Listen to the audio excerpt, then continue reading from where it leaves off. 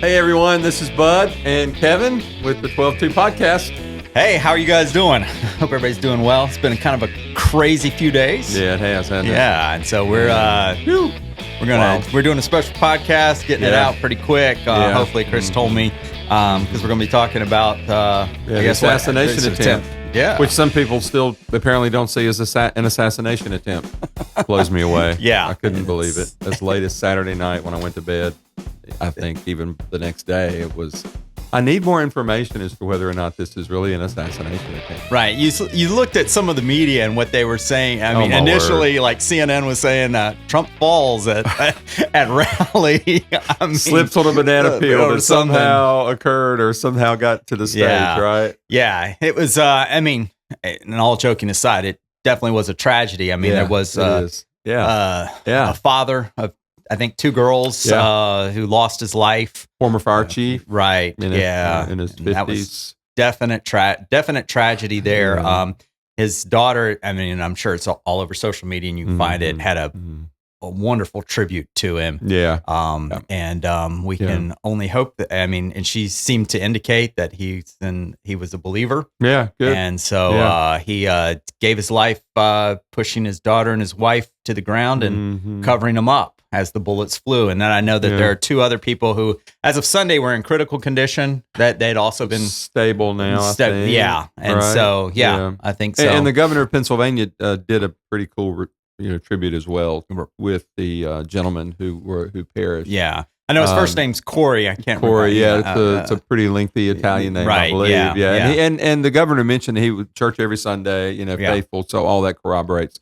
Governor probably can't say he was a trusted Jesus Christ as his Lord and Savior. Right. You're not going to hear that. But I think his daughter pretty much did. I thought also, if you look at Trump's statement, he gave he said he was saved by God, and kind of gave that tribute to him. And I thought even Melania Trump's, her statement was pretty well written and done well. So. Well, Trump's he's here's a guy who has done it all, right? In many ways.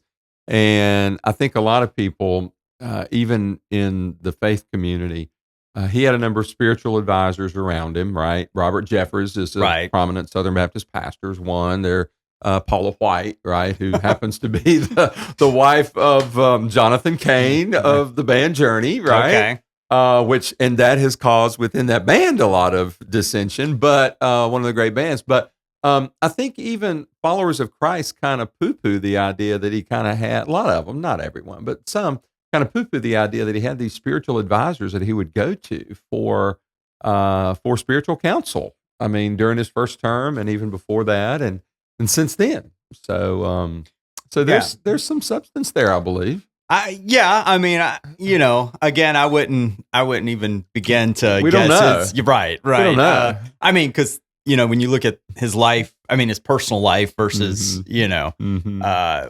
biblical Christianity and what God commands, there's a little bit wanting there. But anyway, and he's a strong personality, I guess we could say think? that. Yeah. Dominant personality. Dominant. Yeah. And there's nothing wrong with being a dominant personality as long as you don't use it to domineer, right? Okay. And that's a good way to look at it. But he can domineer. He can domineer. There's no doubt about it. Yeah. I will say that he is, it was watching it on Saturday night as it unfolded. I mean, I was sitting there watching a movie and all of a sudden I got something on my phone from my nephew that said, Trump's been an assassination attempt or shots fired or something like that. So we immediately stopped watching the movie and turned on the news. Right. Just the whole that whole picture of him standing up and raising his fist, and I think I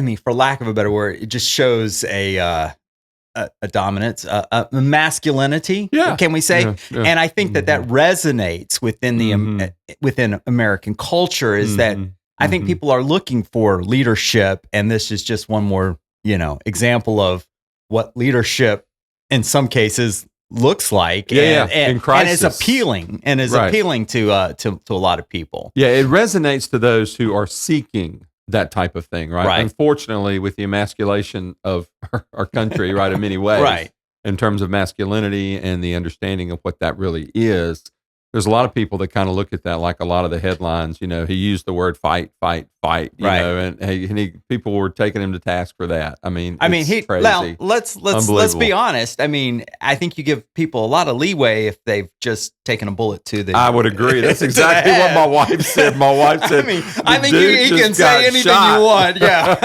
when you stand up. But but you understand where he's coming from, and the fact that we don't. We're not to just bow down just because we face evil or face resistance. Right. Exactly. If we truly believe in what we say we believe in, we should stand for it. Yeah. And there was a time, Kevin, and you know this, earlier in his adulthood, he did not embrace conservative principled positions for the most part.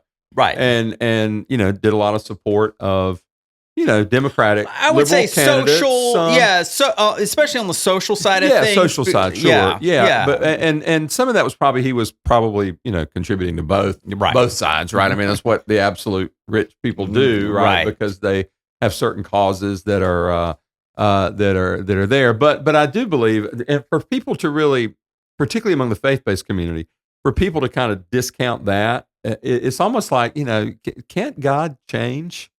Can God change a man's heart and his mind to think in a different way that would draw them toward principles that are more biblical? Well, you would say yes, because even we see this throughout the Bible. Mm-hmm. I mean, even pagan kings, God changed their heart. Yeah. You see that with the ruler of Nineveh when Jonah comes to preach God's judgment. The king says, "No, we're going to take good. Was it 40 days of mourning or something? We're going to do this, and we're going to repent." Yes, we see that. Yes. We see that with Nebuchadnezzar, where God takes a man who was on top of the world, the most powerful man in the world, and he humbles him. And after that time of humiliation with Nebuchadnezzar raises his eyes up and says, You're it. You're God. I am not. and even later on in the next kingdom, right, where the Medo-Persian Empire comes, and we talked about this last couple of Sundays, Cyrus and Darius, right? Two others who were pagan. They were pluralist and syncretistic in terms of their, which simply means that they, Jehovah God is one of many, right? But they recognize they were preeminence, which makes them pagan, right? Yeah, they were pagan. But they admitted that God, you're it, ultimately. So, yeah, we see that time and time again. Well, and then you think about the guy who attempted the assassination. Here's a 20-year-old young man, and this is a tragedy in the fact of this is a young man who has his whole life ahead of him, right? And in that he would become so radicalized, and that he would think that this was something that you needed to go do, right? Yeah, and exactly. That you're most likely not going to get away with it, and that you're willing to just give up your life, to basically murder and to murder somebody, go out in a blaze of glory. I mean, that's what it had to be his thoughts, because you're right. He had to know that this was going to be the end for him. Yeah, it would have to be. Yeah, and maybe that was his. Maybe that. Who knows? I mean, and you can't help but. I mean, I know the other side, and it will just be. I mean, the Democratic side, the progressive left side is saying that we got to bring down the rhetoric after they have spent. Right. The past 8 years. Calling Trump basically Hitler, saying that he is an existential threat to democracy and to the American way of life. And so when you continually say that, there's got to be some people out there who, if given the opportunity, and we could go back in history, would we not have eliminated Hitler before he came to power? It's the thinking. And so if you're saying that this man is Hitler, this man is a threat to democracy, this man's a threat to the American way of life, this man is the modern day fascist, he's an American fascist, and those who support him are supporting fascism and supporting American Hitler, wouldn't you think that somebody would get in their mind that, hey, maybe I need to go take this guy out because he's going to ruin America. He's going to ruin my life. And we see the hypocrisy, because after it happens, they immediately go, we need to bring down the rhetoric. Yeah. We're going to speak against violence. And Matt Walsh, commentator, Daily Wire. Yeah. He said that this shows that they really don't believe this, because who would be out there discounting an attempt against Hitler? Right. That this is all, that either they're liars.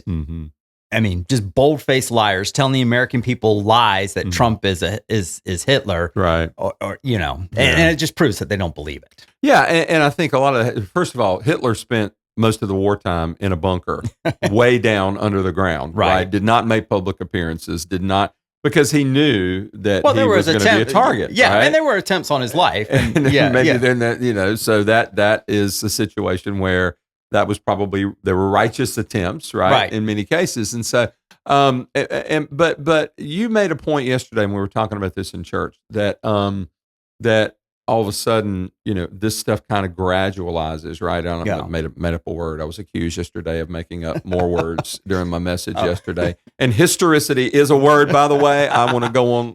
Next podcast, I'll bring you the dictionary definition meaning of that. But you made the point that the gradualization occurs, and then boom, something happens. Right. And it's sudden. Things happen gradually, and then it's sudden. Right. So the question now, what should happen in response to that suddenness? And I'm not talking about the rhetoric that we're hearing, right? Because you and I know that whatever this tone down in rhetoric is going to be likely pretty short-lived, right?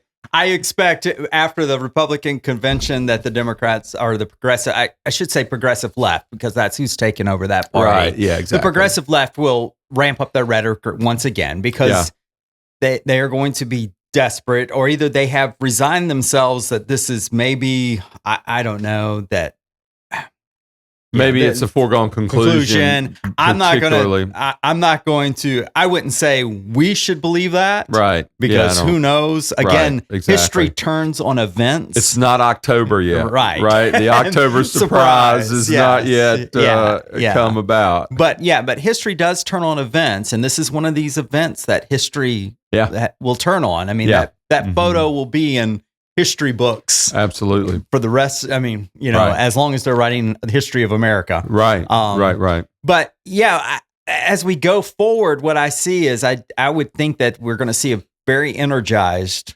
Republican party. I would agree. And, this unifying effect that, hey, it's like in a family, I can make fun of my sister or my brother, but somebody outside, they better not make fun of. We're going to fight type deal. And I have this feeling that this is what we're going to see. I mean, we already seen it with the whole Nikki Haley. She, has turned over her delegates, and she's going to be speaking. And she did that well before the assassination attempt. No, she didn't. I don't think so. Are you sure about that? Yeah, because they just released the fact that she did, or maybe she did it in the last day. It hadn't been long ago. But as far as I could see, at least there was speculation about it. What I heard, so maybe that was what it was. But I know that she'll be speaking. So it's this idea of unifying around that. So we'll that's what we're going to probably see. As far as what the progressive left does, I mean, there's again, they're in a position where they've been saying that here's this person that's terrible, and somebody tries to take him out, and now they've got to say, well, we shouldn't have done that. Yeah, I mean, how do you reconcile? Then he's not as terrible as you're saying he is, right? And what you're saying is not true, because it's not. I mean, you look back at his first term, he did not do any of the things that they accused him of. He did not. He enhanced the American way of life. He reduced the size of the footprint of government. And its invasion in our lives. He actually gave more freedoms than he ever dreamed about taking. And I'm going to discount the whole COVID thing, because that was just a weird time that nobody had ever faced. And we're going to give a little grace that to allow these people to make mistakes. Though we did learn something that government is terrible at trying to control anything. And should it is. So, but nothing of his first term corresponds with the rhetoric that they have. He's not an existential threat to democracy. No, as a matter of fact, he was trying to. What people don't understand is and this is where the whole semantics issue comes in. What democracy means today is much different than what democracy meant 50 years ago. The progressive left sees democracy as basically all out, do what you want to do as an individual, anarchy kind of thing. I really believe that. And I know that's extreme language. But I do believe that there is such an emphasis on lawlessness in the favor of doing whatever you feel like doing, whatever you think, and to do it, right? Right. And I think that we've seen that, certainly with all the riots we've seen and just the fact that in so many of these cities where, after the George Floyd type thing, which was a tragedy, it was horrible, and some of these other things, the Trayvon Martin, those kind of things, and those laws are not even enforced. There's not even oftentimes cracking down on the people who are burning and looting the stores in these cities. So I think that what we've got to recognize is that democracy carries with it responsibility. And I think that what we're seeing today, as I believe, and you may or may not agree, but as I believe this definition of democracy is shifting, I believe the element of responsibility, personal responsibility, is no longer there. Oh, most definitely. It's dropping out of that idea and that whole focus. And I think we've got to be careful about that, because if we're not careful, that threat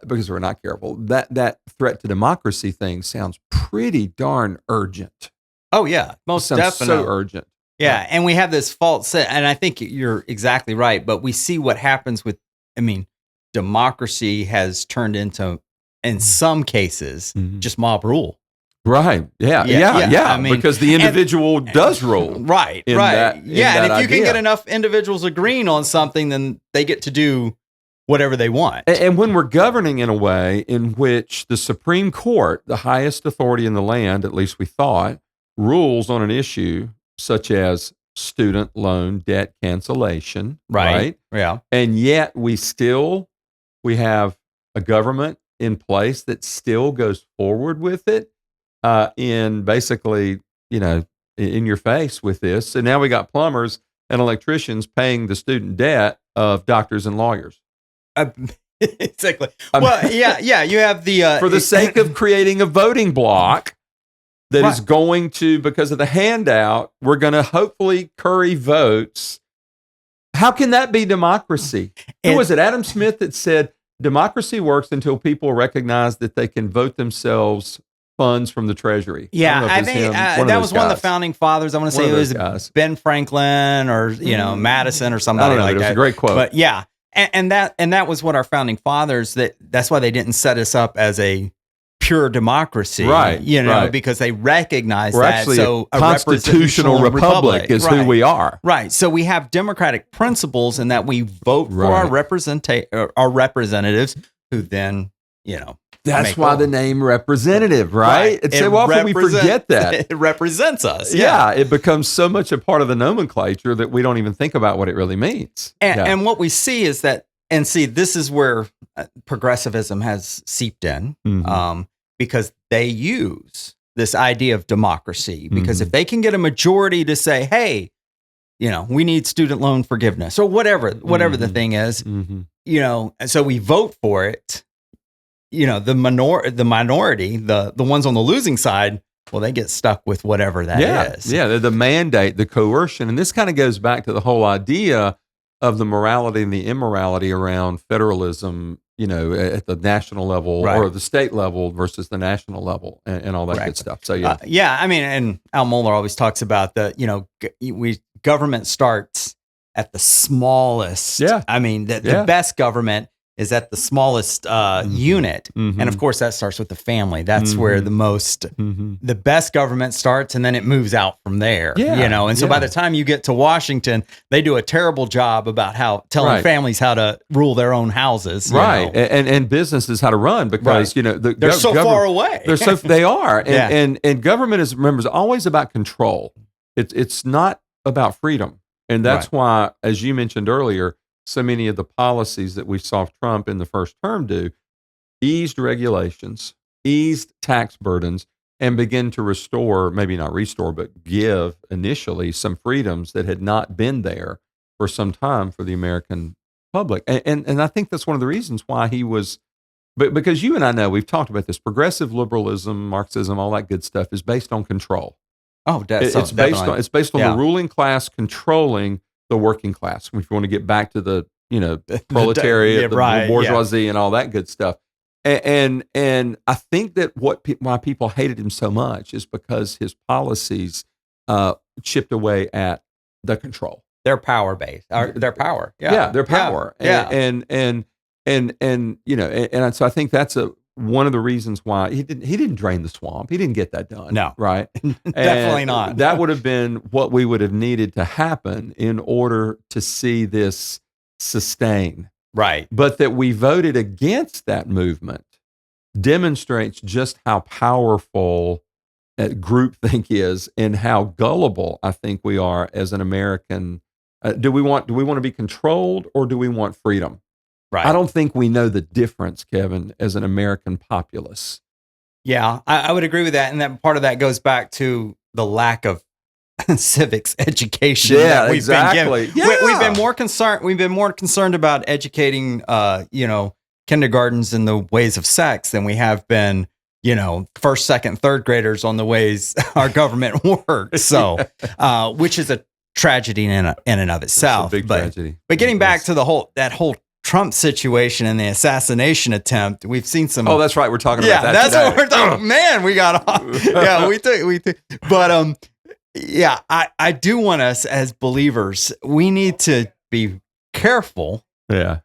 To not over spiritualize historical incidents that occur. Oh yeah. In our lifetime. I mean, I've seen some crazy things like the shot was at 6:11, so therefore you need to cross-reference to Ephesians 6:11. Let us not be foolish and do that. We recognize that God is sovereign. Yeah. And if he is sovereign, that means that he has ordered everything that occurs. And he is king of that. He is Lord of that. Yeah. And so with that in mind, what we need to realize is that regardless of what occurs, that every day has been ordered by God in Donald Trump's life. And therefore, obviously, there's more for his life to be. Yeah, I mean, obviously. You can't look at the book of Job, Isaiah. I was looking up some of those passages today, and it says that God knows the beginning, the end from the beginning. And in Job, it says he has ordered my days, and I don't even get an extra month, basically, than what he's already given us. So I think as believers, we need to be very careful that we don't get too wrapped up in some of this stuff. And there's no need to, Kevin, because let's go to the 6:11 thing, right? So, okay, Ephesians 6:11, that's kind of the introductory verse in Paul's classic narrative on spiritual warfare. Correct. Right? Of course, we as Christ followers know this is a spiritual warfare, the spiritual warfare event, right? Right. Yeah. This is a classic satanic versus God. Evil and righteousness. We don't need any codes or any cross references to know that. And I heard a guy that they were interviewing, and he was talking about, where Trump says, let me get my shoes on the audio. And he said, well, in Ephesians, it talks about, the shot in your feet with truth. And I was just like, no, I think he was saying that he had to get his shoes because they had gotten knocked off when they tackled him. So let's not over spiritualize everything that's said there. Because again, we can trust that God, we believe that God is sovereign and in control. And like you said, we live in a world where we know that there is evil. Yeah. That Satan is at work. And that, again, and that's why I'm saying, as believers, we need to not look at it as the lesser of two evils. We need to be working in our lives, whether we're voting, whether we're, decide to run for office, whether we go to work, whether we're in our family. Where do I have the ability to stem the tide of evil and promote what is good, righteous, and just in my everyday life? And it takes a lot of guts to do that in this world. It takes a lot of guts. Yeah. And it's easier to go along to get along than it is to stand. And again, if we go back to that Ephesians where we're talking about the armor of God, it talks about it in those first verses. Mm-hmm. We're supposed to put that on so we can stand. Right. Stand against those forces. And you know that stand, Kevin, just real quick, just digression just a little bit. Oh, no. it even outside the realm of government, you and I, we come into situations every day right around us in our environment where we have to stand, right? The same type of unrighteousness, right? The motives that are deceptive and that are self-centered of people, and we kind of get drawn in. We got to be careful, obviously, ourselves, not to perpetrate those motives ourselves, and to kind of do that motive check regularly. Right. But that whole thing about taking a stand and what you're talking about so eloquently applies in everyday life, in every context that we find ourselves in. You know, we started this church 28 years ago, right? How many times down through the years have we seen situations where we had to take a stand? And sometimes we did it well, sometimes we didn't. And you know, and we're having to do that. It's a constant thing. It's perhaps the most constant thing we've seen through the history of our church, and that we are called to take a stand even when it's not comfortable, when we may be going against popular opinions and other popular, you know, personalities and institutions in the locality in which we are, you know, where we exist. And it's unfortunate. I think that what we find ourselves is that there have been several churches and several Christian leaders who, especially over the past 5 to 10 years, the past decade, instead of standing, have let themselves slide. Yeah, you know, in order to remain popular, in order to, I don't know, stay in good graces of the people. Like I always say, they're going to hate you anyway. They're going to hate you anyway. Yeah. Yeah. So why are you trying to appease? Appease. Yeah. You know, and that's what life is. I mean, life.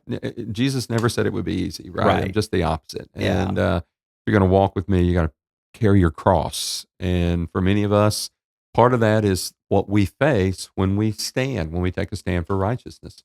Yeah. And all of us, we have situations where we wish we'd done things differently. Of course. Yeah. And, but that's the accumulated knowledge and wisdom and experience, hopefully, that kind of leads to wisdom. And so I want to encourage our folks just to kind of recognize this. The stand that we're talking about is not just a political stand. It's a moral stand. Correct. Which encompasses every area of life. Which then brings us back to it. I'm glad you're bringing us back, because I'm the one on a tangent. No. I was even going to go a little bit further, which brings us back to the purpose of the podcast, being the 12:2 podcast based off of Romans. Right. If we're going to stand, we have to know what we're standing on. Yes. What the scriptures say. Right. You know, because that's where we base our morality on. And we can take confidence in the Bible and its truthfulness and its and the morality and a biblical worldview, that it has the answers for life. Right. Just one more thing on the whole, you know, be careful about over spiritualizing. I know that there's a lot going around with social media about these, and they're charlatans, they're grifters, these people who supposedly made prophecies about Trump's assassination attempt. You know, I'm just going to say, let's be honest here, that was probably a pretty easy call that you could have made a couple, within the past year or so. Yeah. Tucker Carlson made that call 9 months ago, and he's not claiming that it was divine intervention or divine, you know, it was common sense, right? And these guys are making these claims to say, hey, look, I'm a prophet of God. Yeah. And that is unbiblical. Yeah. And if you look at their other prophecies that have not come true, that immediately disqualifies them. Yeah. If you look at scripture, a prophet, if they're claiming to be a prophet from God, receiving direct revelation from God, they got to be right 100% of the time. Yeah. And if they're receiving direct revelation from God, why aren't we adding what they're saying to the Bible? To the Bible. Right. Exactly. Yeah. Good point. And that stuff can be just as counterproductive as the rhetoric that led up to this event in the first place. Yeah. So anyway, well, we gotta go. We gotta go for this one, right? For this one, we might have another one here. We'll be back. Anyway, again, like I said the last time, we need to be in prayer. Or I said at church, we need to be in prayer. Yep. Continue to stand on the truth, and ultimately, we need to be sharing the gospel. Yeah, because that's truly what saves. That's so anyway, the real deal. Yeah. So thanks for being with us. Yeah. Hey, like, share, and like Bud says, we'll grow on you. Yep. Hope so. We'll be back with you soon. God bless. Take care.